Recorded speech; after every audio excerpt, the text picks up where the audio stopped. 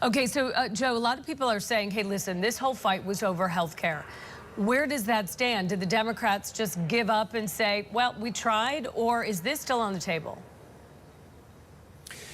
The anger is real, right? This isn't manufactured anger. This is real frustration that a number of Democrats have with those moderate 8 Democrats in the U.S. Senate that ultimately sided with Republicans here. Someone who's taken a lot of arrows politically this morning, again this morning, is Senator Chuck Schumer.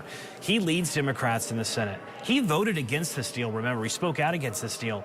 But the fact that he essentially allowed 8 Democrats to go with the Republicans is where there's so much frustration.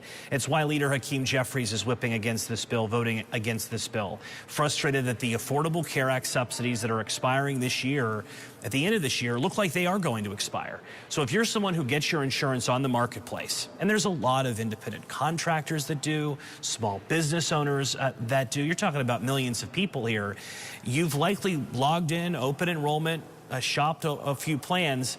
Premium hikes, according to KFF, which is a nonpartisan healthcare policy foundation, 26% or so on average hikes for Americans going and seeing these premiums. There doesn't seem to be any help on the horizon. Now, Senator John Thune did promise a vote, perhaps in December, on this issue, but Democrats are saying that's meaningless because he doesn't think the Republicans will vote for it. Republicans have been critical of extending these subsidies. They've been critical of the Affordable Care Act.